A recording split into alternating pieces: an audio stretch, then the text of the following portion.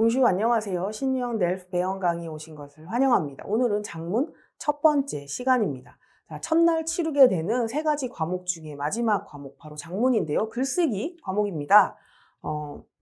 제시된 주제가 있죠. 문제 안에 보면 제시된 주제가 있는데요. 그 주제에 관해서 어떤 문제에 대해서 자신의 의견을 논리적으로 이렇게 펼쳐나가시면 됩니다. 글로 써서 펼쳐나가시면 되겠죠. 그런데 여기서 주의하실 점이 하나 있습니다. 어떤 식으로 글을 써주세요. 뭐 편지글로 써주세요. 기사로 써주세요. 아니면 어떤 에세이로 써주세요. 이런 식으로 문제가 요구하는 글의 형식이 나와 있어요. 그러면 그 형식에 맞게 글을 써주시면 됩니다. 그래서 앞으로 이제 15강 동안 저랑 같이 공부를 하시게 될 텐데요. 이렇게 형식별로 어떤 형식에서 편지글에서 반드시 들어가야 하는 내용이 있다. 이런 것들 같이 공부하게 될 거고요. 보다 중요한 내용상에서 보자면 이제 글을 쓸 때 논리적으로 글을 쓰는 것이 가장 중요합니다. 서론, 본론, 결론 이렇게 딱딱딱 맞아 떨어져 나가서 우리 보통 로직이 살아있다 이런 얘기를 많이 하거든요. 로직을 살리면서 글을 써주셔야 해요. 그러기 위해서는 뭐 양보라든지 대립이라든지 이런 유용한 표현들이 많이 있어요. 그런 것들 최대한 많이 외우셨다가 적재적소에 활용하시면 훨씬 논리적인 글을 쓰실 수 있습니다. 그리고 이 글쓰기를 연습하실 때 이제 시험이 이제 시간이 정해져 있잖아요. 이제 장문 시험 같은 경우에는 45분 동안 한 문제가 출제되는데 45분 동안 진행이 되고요. 만점은 25점입니다. 다른 과목하고 똑같죠. 그래서 한 문제이기 때문에 뭐 그렇게 분량도 160자에서 180자로 너무 많지도 않고 뭐 당연히 너무 적진 않겠죠. 그래서 괜찮을 것 같은데요. 하지만 시간은 너무 빨리 지나가요. 45분이 훌쩍 지나갑니다. 그래서 문제를 보자마자 다짜고짜 그냥 종이 답안지에다가 한 줄 이렇게 써 나가시다 보면 어느 순간 시간이 모자랄 수도 있고 내가 무슨 말을 하고 있었는지 길을 잃어버릴 수도 있어요. 그런 걸 방지하기 위해서 그런 함정에 빠지지 않기 위해서 우리는 개요라는 걸 연습을 할 거예요. 그래서 글의 첫 번째 부분, 가운데 부분, 마지막 부분에 이런 내용을 넣겠다라고 문제를 보시면서 그렇죠? 내가 스스로 미리 한번 정해놓고 이런 부분에서는 이런 내용이 빠지지 않아야겠구나. 아니면 이때에는 이런 표현을 내가 좀 썼으면 좋겠다라고 하는 것들 미리 체크를 하는 시간을 좀 가져보겠습니다. 그리고 그걸 연습해서 실제 시험 치실 때도 유용하게 사용하셨으면 하는 게 제 바람입니다. 자, 그러면 이렇게 말로 길게 설명을 하는 것보다 실제로 해보는 게 훨씬 빨리 이해가 되니까 같이 시작해 보도록 하겠습니다. 첫 번째, 두 번째 시간에는 이제 긴 글을 적지는 않을 거예요. 저랑 같이 이런 문제, 지문이 나왔을 때 이 지문이 어떤 내용을 말하고 있는지, 어떤 주제를 이야기하고 무엇에 대해서 나에게 글을 쓰라고 요구하고 있는지 그것들을 파악하는 연습을 하도록 하겠습니다. 그리고 3강부터 이제 실제로 출제되는 문제 유형처럼 어떤 문제에 관해서 어떤 형식으로 어떤 분량으로 시간에 맞춰서 쓰세요라고 하는 그런 문제가 나올 예정입니다. 오늘 첫 시간이니까 내용을 먼저 파악해 보도록 하죠. C'est un plan d'écriture 이렇게 나와 있어요. 항상 이렇게 나올 건데요. 플랑 뭐 우리말로 개요 이런 식으로 하셔도 됩니다. 자, 글의 개요를 한번 작성해 보도록 하겠습니다. 그럼 첫 번째 문제를 한번 분석해 보도록 하겠습니다. Vous avez passé un mois en France pour étudier le français. 당신은 프랑스에서 한 달을 보냈습니다. pour 뭘 하기 위해서요? le français, 불어를 공부하기 위해서요. 단기 어학연수를 다녀왔네요. Vous avez habité, 머물렀어요. 살았어요. chez une famille française. 프랑스 가정에서 머물렀습니다. 홈스테이를 했네요. Vous écrivez un article. 당신은 아티클을 하나 쓰는데요. pour le journal de votre université. 대학교에 당신이 다니고 있는 대학교의 journal이겠죠. 대학 신문이 되겠습니다. 교지 아니면 대학 신문이겠는데요. afin de, pour랑 똑같죠. 뭐를 하기 위해서인데요. montrer les avantages et les inconvénients de cette cohabitation. 이렇게 나와 있습니다.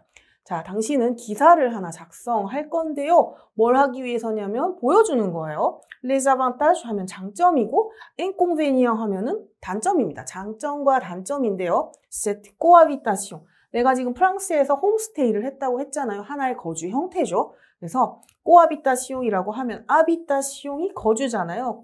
함께, 다른 사람과 함께 사는 동거 이런 형태의 동거의 장점과 단점을 말하기 위해서 기사를 하나 작성합니다. 이제 여러분이 기사를 작성하셔야 돼요. 분량은요, 이렇게 나와 있어요.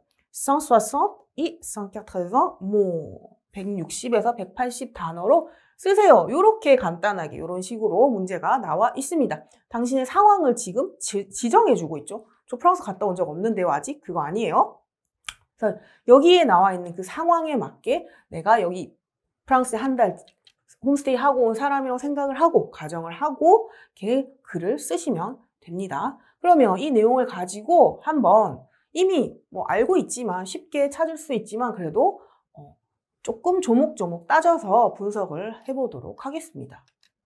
자, 주제 뭔가요? 주제 무엇에 대해서 이야기를 하고 있다. 가장 큰 주제는 홈스테이죠. 자, 이러한 거주, 앞에서 나왔죠. 맨 마지막 부분에 코하비타시오. 이러한 형태의 거주, 홈스테이였는데요. 거기에 대한 장점과 단점을 말해주세요 라고 했으니까 홈스테이가 큰 주제가 되고요. 뭐 소주제 같은 거 되겠네요. 홈스테이의 장점과 단점을 이야기해달라 이렇게 했고 글의 종류도 미리 나와 있었어요. 뭔가요? 대학교 신문사에 어떤 아티클, 기사를 하나 작성할 겁니다. 이렇게 되어 있죠. 이렇게 해서 간단하게 어떤 주제로 어떤 문제에 대해서 그렇죠? 어떤 종류의 글로 써주세요라는 걸 우리가 바로바로 찾을 수 있고요. 요거 체크하시면서 기사를 쓰라고 했는데 편지를 쓰면 안 되겠죠? 그래서 이런 거 맞게 써주시면 됩니다. 자, 오늘은 제가 긴 글을 쓰지는 않을 거예요. 그래서 간단하게 이렇게 내용 파악만 할 건데요. 내용 파악 혼자서 다른 주제를 가지고 연습을 하실 때도 물론 하시겠죠? 그때는 나는 한국어가 편해요 라고 하시면 당연히 한국어로 쓰시면 되고요. 그래도 나는 불어도 한번 해보고 싶어요. 그러면 불어로 연습을 하셔도 됩니다. 어떤 언어든지 상관없어요. 자기가 가장 쉽게 알아볼 수 있고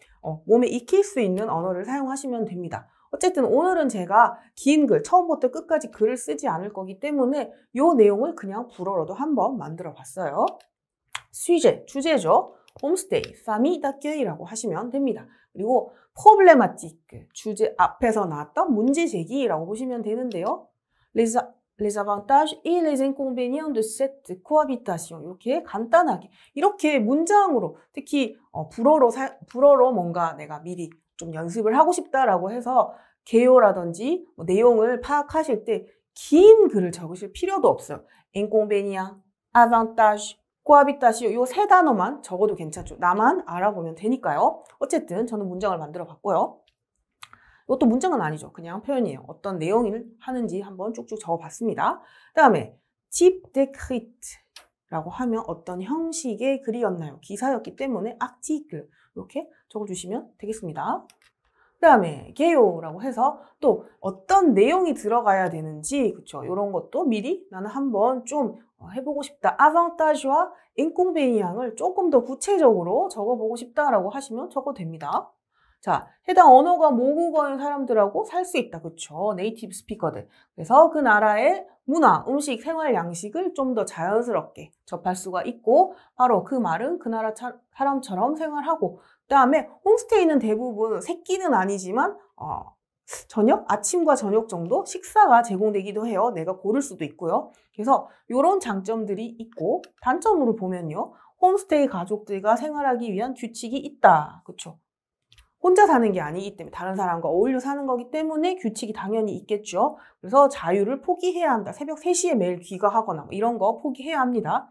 그리고 식사가 보통 포함이 많이 되어 있기 때문에 다른 뭐 혼자서 스튜디오를 빌려서 산다거나 아니면 다른 친구랑 쉐어를 한다거나 이런 다른 형식의 그런 거주보다는 조금 가격이 비싼 편이에요. 그래서 이런 장점들 이거는 뭐 일반적으로 얘기를 하는 것들이기 때문에 한번 적어봤습니다. 이런 내용들이 있다. 마찬가지로 불어로도 한번 적어봤어요. le plan이라고 해서 avantage 장점이죠. vivre avec des personnes natives 이게 원어민이라는 표현이죠. faire l'expérience de 어떤 경험을 하는데요. culture, la gastronomie 식문화, 음식과 관련된 것들, la mode de vie 그렇죠. 생활 방식, 생활 양식이라고 하면 됩니다. 자연스럽게 경험을 할 수가 있어요. vivre comme un natif. 그래서 마치 내가 프랑스에 있다면 프랑스 사람처럼 그 가족 일원처럼 살아볼 수가 있고요. repas fourni. 식사가 제공된다. 이런 것도 한번 적어왔습니다. repas 하면 그냥 식사 이렇게 보시면 돼요. 반면에 inconvénient 단점도 있는데요. 뭐라고 했을까요?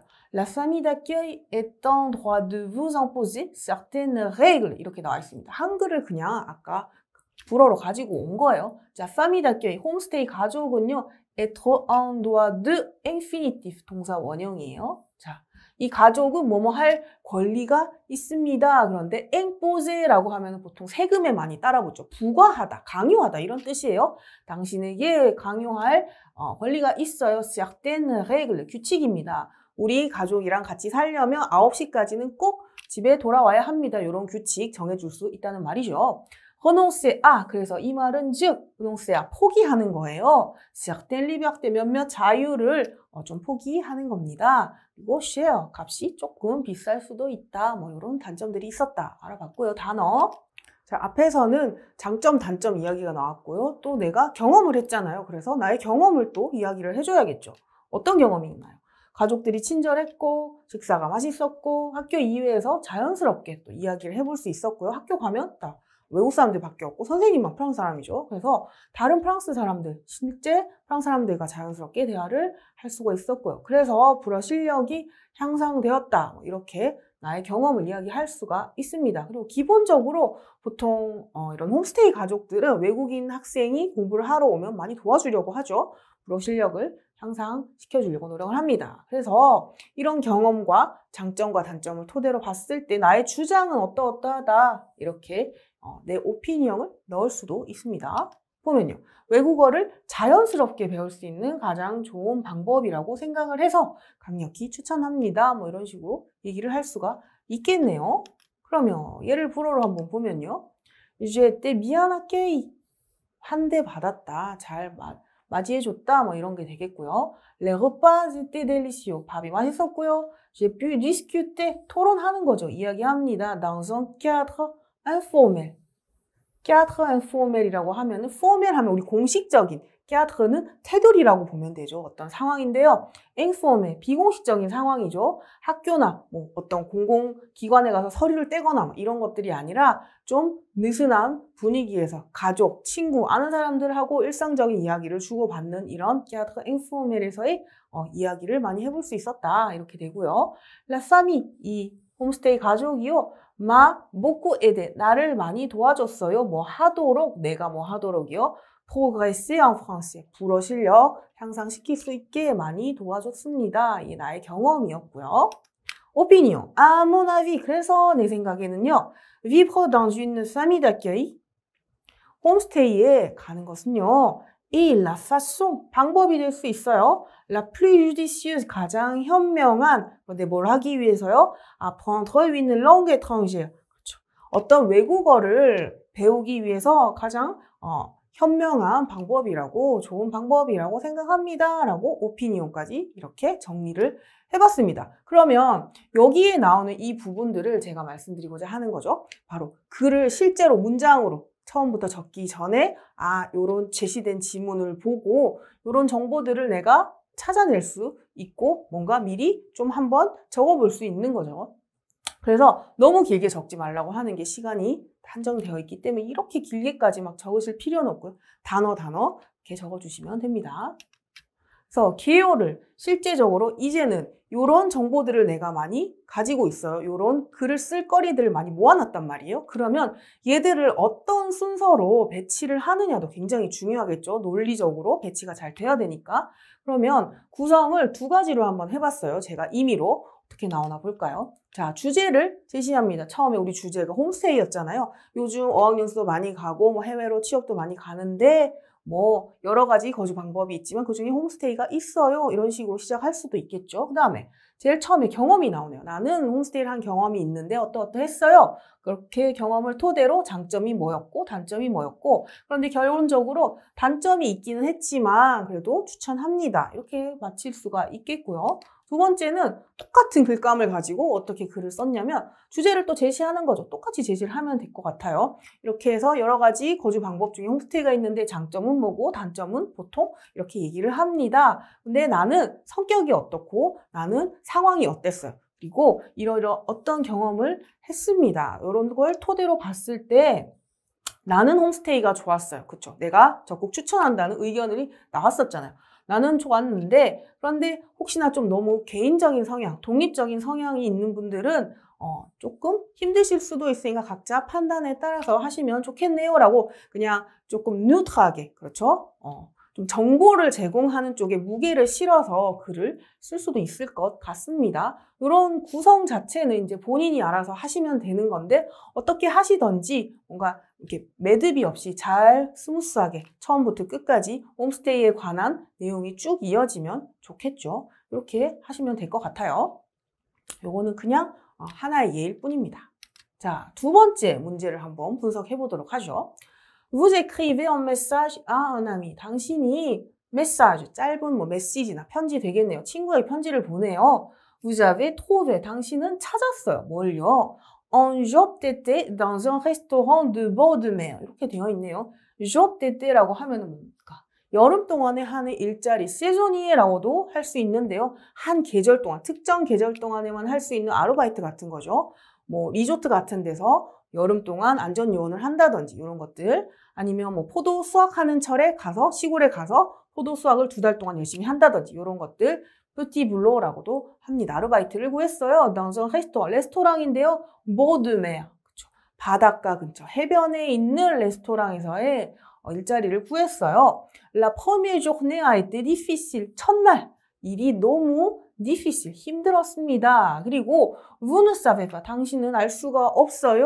뭐뭐 일지 아닐지, 뭐뭐인지 아닌지. 그렇죠. Vous allez rester 4 semaines dans ce travail. 자, 4개월이 아니라 4 semaines, 4주네요.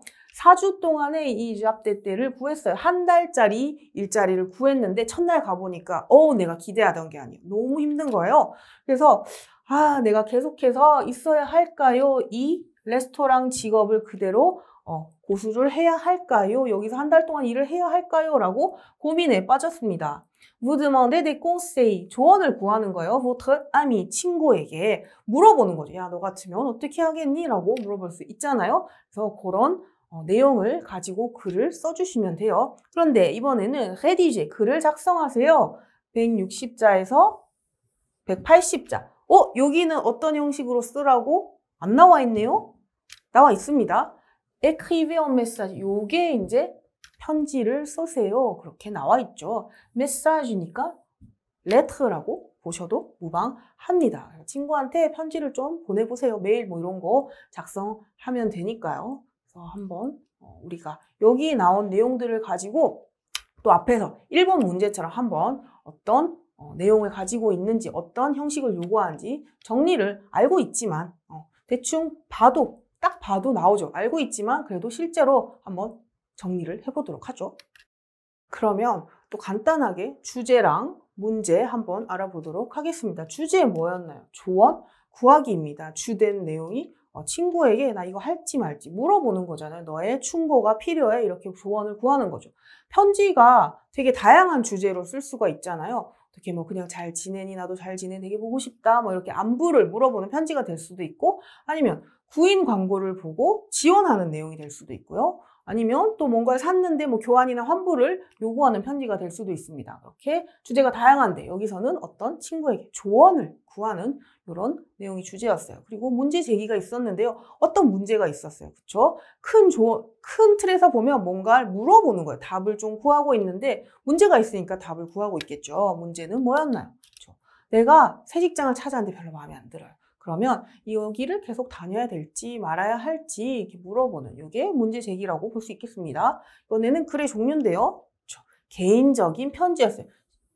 편지 글은 아까 나왔었죠. écrit un message라고 되어 있는데 개인적인 편지라고 되어 있어요. 제가 위에서 방금 편지에 여러 가지 주제가 있다라고 말씀드리면서 이제 뭐 환불이나 뭐 교환을 바라는 것 아니면 어떤 일자리에 지원하는 것 이런 것들은 다 개인적인 편지라기보다는 어떤 공적인 일에 대해서 편지를 쓰는 걸 수도 있는데요. 친구 사이에, 가족 사이에, 연인 사이에 이렇게 안부를 물어본다든지 하는 건 개인적인 편지가 될 수 있겠죠. 받는 사람이 누구냐에 따라 이런 식으로 좀 나눠볼 수도 있습니다. 그래서 뒤에 우리가 편지 글을 공부할 때 이런 개인적인 편지인지 아니면 공식적으로 보내야 하는 편지인지 이런 것들에 따라서 내가 반드시 써야 하는 표현들이 있어요. 그런 것들도 다 같이 보는 시간을 아마 가지게 될 것 같습니다. 오늘은 아니고요. 어쨌든 이런 개인적인 편지 종류로 한번 글을 써주세요. 이렇게 되어 있네요. 자, 그러면 마찬가지로 긴 글을 적지 않을 것이기 때문에 자, 어떤 식으로 표현을 할 수 있는지 단어만 살펴보도록 하겠습니다.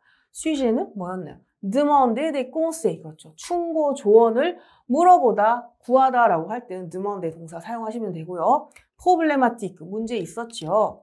il faut travailler ou pas. 자, 일을 해야 할까요? 말아야 할까요? 그렇죠. 계속해서 새 직업을 새 직장에 다녀야 될까요? 말아야 할까요? 이렇게 물어보고 있고, 그다음에 le type d'écrit라고 하면 lettr인데요. 편지인데 여기는 순서가 다르죠. informel, 포멀한 편지가 아니라 개인적인, 사적인 편지 형식으로 쓰면 된다. 이렇게 나와 있습니다.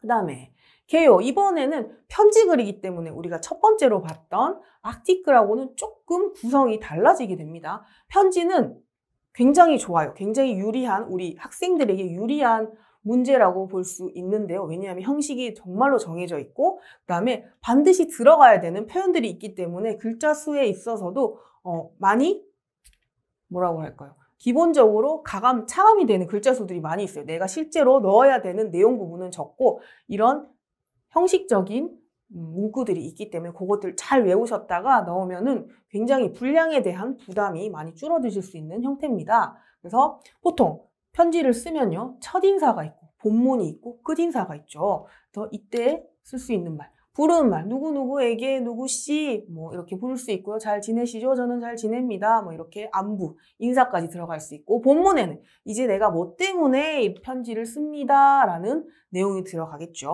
그래서 편지를 쓰는 이유, 그 다음에 사실 내가 이런 상황인데 어떻게 했으면 좋을까? 너의 의견은 어떠니? 라고 친구의 의견을 물어보는 부분까지가 본문이라고 보시면 되고요. 그 다음에 이렇게 물어봤으니까 내 볼일 다 봤으니까 이제 바로 전화 수화기 탁 놓듯이 바로 끊어버릴 수 없죠. 편지를 끝낼 수 없습니다. 끝인사를 반드시 넣어줘야 돼요. 그렇게 길게 넣을 필요는 없지만 어쨌든 인사는 들어가야 됩니다.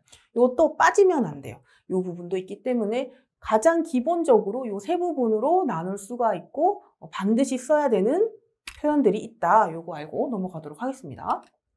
자, 보면요. 플랑 이번에는 불어예요. 여기서 보시면 이제 몇 가지 지금 개인적인 편지에서 쓸 수 있는 아주 기본적인 표현들이 나올 텐데요. 보시면요. 자, formule d'appel이라고 하면 이게 첫인사예요. 첫인사 누구를 불러야 되잖아요. 친구야, 뭐 영미야, 철수야 뭐 이렇게 불러야 되죠. 어떻게 부르느냐? share를 붙여줍니다. 남성, 여성 이렇게 따로 되어 있어요. share, 아미 이렇게 그냥 친구야 라고 부르셔도 되고요. 이름을 적어도 돼요. 뒤에 이름, share, 마리, share, 영미 뭐 이런 식으로 이름 적어주셔도 되고요. 그 다음에 인사하는 거죠. salut 똑같아요. bonjour 해도 되고 ça va 이렇게 그냥 우리가 편하게 왜냐하면 지금 공식적인 편지가 아니기 때문에 이렇게 간단한 인사로 시작을 하시면 되고 내 안부를 이야기해도 돼요. je vais bien, 나 잘 지내 뭐 이렇게 이야기를 하셔도 됩니다. 그 다음에 depuis hier je travaille 그쵸? 그 다음에 이제 이야기가 시작되는 거죠. 어제부터 내가 일을 하고 있는데 점점점 어쩌고 저쩌고 이제 이야기 시작될 거예요. 그 다음에 본문이라고 보시면 됩니다. 몸통이죠. 편지의 몸통인데요. 어떻게 될까요? 자, 첫 번째, 두 번째로 또 나눴어요. 이 안에서도 introduction, 뭔가 도입부입니다. 친구야 잘 지내지? 그런데 이렇게 하면서 말을 어떤 이야기를 시작할 수 있잖아요. J'écris cette lettre. 내가 이 편지를 써. Pour te demander un conseil. 그쵸? 너에게 뭐 하나 좀 물어보고 싶어가지고 지금 편지를 쓰고 있어. 사실은 이렇게 시작을 할 수가 있어요. 그 다음에 두 번째, 이게 이제 본문인데요. C'est très différent de ce que je pensais. 내가 일을 시작했는데 c'est très différent. 너무 달라. 뭐랑 de ce 그것인데요. je pense 내가 생각했던 거랑 조금 너무 달라. 그래서 je ne sais pas 어떻게 해야 될지를 모르겠어. comment faire? 너라면 어떡하겠니? 이렇게 이야기가 문장이 이어질 수가 있겠네요. 이렇게 본문까지 한번 봤고요. 이제 마지막 끝인사가 남았죠. formule de politesse라고 합니다. 프랑스에서 편집글 마지막에 나오는 그 인사인데요. 얘도 정말로 좋아요. 딱 정해져 있는 표현이 여러 개가 있어요. 그 중에서 상황에 맞는 표현 중에서 표현이 되게 많기 때문에 내가 가장 손쉽게 기억할 수 있는 걸 외우셨다가 그대로 쓰시면 됩니다. 여기서는 지금 개인적인 편지이기 때문에 개인적인 편지에서 쓸 수 있는 표현들만 모아놨어요. 유땅박스 이런 거 많이 보셨을 거예요. 근데 이런 애들은 내가 너에게 뭐 키스를 보낸다, 너를 안아주고 싶다, 뭐 이런 내용인데요. 그런 거 해석을 굳이 하실 필요는 없죠. 혹시 독해 지문이나 이런 데서 나오더라도 이런 거는 해석하지 않고 그냥 끝인사구나, 잘 있어라는 인사구나 이렇게만 알고 넘어가시면 됩니다. 자, 플루스라고 하면은 플루따 나중에 다시 만나자라는 표현인데요. 끊어가지고 플루스라고 하기도 하고요. 고비스 큰 비즈 뭡니까? 입맞춤이죠. 그 다음에 아미끼알머 우리 서로 친하게 그쵸, 이런 말인데요. 해석을 굳이 할 필요가 없어요. 내가 너를 안아요. 뭐 이런 거 필요 없어요. 그냥 잘 있어, 안녕, 다음에 또 보자. 이런 내용의 끝인사입니다.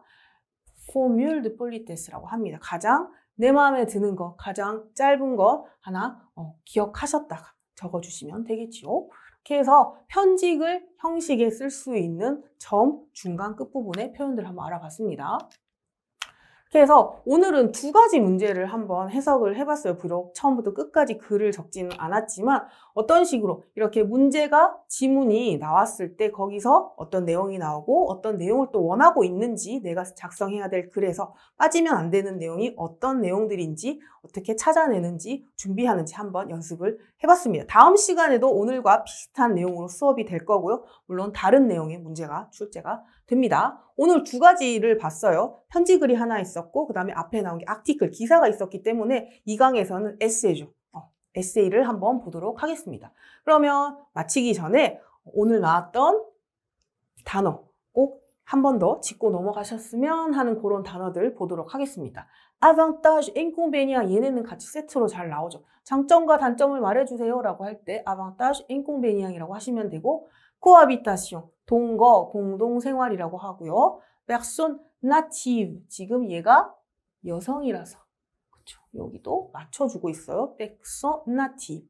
mode de vie, 이거는 하나의 표현이에요. 요거 통째로 다 외워주시면 되고 renoncer à quelque chose, 많이 나오는 표현입니다. 뭐뭐를 포기하다, 단념하다, 그만두다 라는 식으로 많이 씁니다. imposer, 과세하다, 세금을 부과하다라고 하는 표현을 되게 많이 써요. 그런데 어떤 아까처럼 레글, 규칙 같은 걸 강요하다, 강제로 좀 시키다 이런 내용으로도 많이 씁니다. job d'été라고 하면은 시즌이 아르바이트라고 해서 어떤 특정한 그렇게 길지 않은 딱 정해진 기간이에요. 한 달이면 한 달, 아까 4주였죠. 2달, 석 달 이런 식으로 할 수 있는 그런 짧은 일자리를 job d'été라고 보시면 되고 보통 대학생들이 많이 하죠. 뭐 가장자리라고 보시면 됩니다. 그래서 bord de la mer, 바다 가장자리는 바닷가가 되겠고요. bord de la route, 길 가장자리는 길가가 되겠죠. 이렇게 같이 쓸 수가 있고요. rester dans ce travail이라는 표현이 나왔어요. 친구에게 내가 계속 4주 동안 rester dans ce travail 해야 할까? 이렇게 물어보고 있었는데요. dons이 여기서 왜 나왔냐고 하면 dans 가운데에서는 어떤 직업에 종사하다라고 할 때 그 직업에를 이야기할 때 덩이라는 표현을 씁니다. 덩도 보면 굉장히 뜻이 여러 개가 있어요. 다양하게 사용하실 수가 있는데 덩 하면 가장 먼저 생각나는 게 어떤 공간 안에 있는 그것만 생각이 되잖아요. 그래서 이제 단어 같은 거 찾아보실 때 이렇게 사전 같은 데서 1번부터 뭐 50번까지 여러 가지 뜻, 여러 가지 상황에서 쓸 수 있는 그런 뜻 다양하게 나오면 그것들도 하나하나 좀 잘 챙겨보시길 바라고 travail에 덩을 붙여서 쓸 수가 있다. 그래서 어떤 소속이나 포함, 어디에 포함된다 아니면 또 직업 이런 분야에서 일을 한다라고 할 때 dans ce travail 이렇게 쓸 수 있다는 것 같이 알아보고 싶어가지고 제가 이 문장을 해석은 그렇게 어렵지 않은데 이 dans 때문에 한번 가져와 봤습니다. 우리 첫 번째 문제에서 제가 막 생각을 정리하고 어떤 글감들을 정리하다 맨 마지막에 의견 제시를 할 때 쓴 표현이 여기 있어요. 기억나시나요? à mon avis라고 되어 있습니다. avis가 의견이죠. opinion이랑 똑같은데요. 내 생각에는 말이야, 내 생각에는요 이렇게 할 때 à mon avis라고 시작을 하시면 됩니다. 그리고 여기 있는 모든 표현들이 그런 뜻으로 똑같이 사용하실 수가 있어요. 가장 먼저 je pense que 나는 생각합니다. 그렇죠? 다음에 je trouve que 똑같아요. je crois que 뭐뭐라고 믿어요. 뭐뭐라고 생각해요. 쓸 수 있고요. il me semble que 뭐뭐인 것 같아요. 뭐뭐처럼 보여요. 나는 이렇게 생각합니다 라는 표현으로 쓸 수가 있습니다. 그 다음에 à mon avis 아까 썼던 표현 나왔고요. 그 다음에 이제 두 개가 남았어요. d'après moi, selon moi 뭐뭐에 따르면 이런 뜻으로 쓸 수 있어요. 그래서 나에 따르면 얘네는 완전 똑같아요. 그래서 요렇게 다양한 표현으로 내 생각에는 어떠합니다 라고 하실 수가 있습니다. 요거 에크이 하거나 뭐 구술할 때도 굉장히 유용하게 쓰실 수 있는 표현들이고요. d'après moi랑 selon moi를 잠깐 보시면 내 생각에는요 라고만 쓸 수 있는 건 아니고요. d'après une étude 뭐뭐에 따르면 이라고 했잖아요. 얘 두 개에 해당하는 거예요. 무엇에 따르면 나에 따르면 될 수도 있고요. d'après une étude 어떤 연구예요. étude는 여기서 공부가 아니라 연구를 étude라고 합니다. 그래서 어떤 연구에 따르면요 이런 식으로 할 때 d'après, selon 바꿔 쓸 수 있어요. d'après une étude, selon une étude, 블라블라블라 뭐뭐에 관한 연구에 따르면요 아니면 selon ton professeur 아 너네 교수님에 따르면 다른 사람도 이렇게 갖다 붙여주면 돼요. 이 선생님에 따르면 그 선생님의 말에 따르면 d'après ton professeur, selon ton professeur 둘 다 완전히 교환해서 쓸 수가 있습니다. 그래서 유용하게 쓸 수 있는 표현들이라서 한번 제가 가져와 봤어요. 내 생각에는 어떠합니다. 분명히 이거 많이 쓰실 거예요. 이제 에크리를 하셔야 되니까 이렇게 쓰시면 되고요. 내 생각에는 어떠합니다. 이 표현들 있으니까 마찬가지로 내가 가장 쉽게 틀리지 않고 정확한 표현으로 쓸 수 있는 것들을 몇 개 뽑아서 외우신 다음에 쓰시면 시간이 굉장히 단축이 될 겁니다. 이제 진짜 마지막이에요. 그 다음에 이번에는 첫째, 둘째, 셋째 우리 논리적으로 글을 써야 되잖아요. 그러면 이게 좋은 것 같아요. 왜냐하면 이유를 이야기를 해야 되잖아요. 이게 이유가 첫째, 그 다음에 둘째, 마지막 이렇게 많이 구분을 해서 쓰는데요. 주장할 때요. 얘네는 세로로 이렇게 한 세트라고 보시면 돼요. 첫째, 둘째, 셋째라는 뜻입니다. 그렇게 뭐 거창한 뜻은 없는데요. 첫째들 가운데 나는 première 이유가 마음에 들어요. 그 다음에 중간에 두 번째는 ensuite가 좋습니다. 그리고 마지막으로는 finalement 마음에 드네요. 잘 외울 수 있을 것 같아요. 라고 해서 얘네들을 막 섞어서 쓰면 어떻게 될까요? 섞어서 쓰면 틀린 건 아니지만 그렇다고 또 좀 애매해요. 그래서 보통은 아주 일반적으로 여기 나와 있는 세로 세 가지를 세트로 보시고 얘네를 같이 쓰면 훨씬 더 자연스럽다고 읽는 사람이 느낄 수가 있습니다. 그래서 막 어렵게 헷갈리게 이렇게 골라서 쓰지 마시고 이렇게 세트로 그냥 외워주세요. 보면 d'abord 우선 이 말이죠. 근데 to를 붙일 수도 있어요. tout d'abord 가장 우선적으로 그다음에 두 번째는 얘네는 서로 다른가요? ensuite라고 하시거나 puis라고 하시거나 둘 중 하나 써주시면 되고 마지막으로 enfin 그래서 이렇게 연결이 되겠죠. 그다음에 이번에는 en premier lieu 서수가 나왔어요. 첫 번째로 en second lieu 두 번째로 그리고 en dernier lieu 마지막으로 이런 식으로 쓸 수가 있고요. premièrement 첫 번째, deuxièmement 두 번째, 그리고 finalement 마지막 끝으로 이렇게 쓸 수가 있습니다. 권해드리는 거는 이렇게 한 세트로 외우시라 이렇게 권해드리고 싶습니다. 그래서 이런 것들 지금은 그래 이런 것들이 있구나 하시겠지만 나중에 실제로 내가 글을 통으로 적어볼 때 유용하게 아마 많이 사용하실 것 같아요. 이런 식으로 앞에 나온 것처럼 내가 어떤 주장을 할지 그다음에 이렇게 순서를 나누는 방법이라든지 아주 작고 사소하긴 하지만 반드시 필요한 팁들을 매 강의 마지막에 어휘랑 같이 보고 진짜 수업을 끝내도록 하겠습니다. 오늘 작문 첫 시간이었는데요.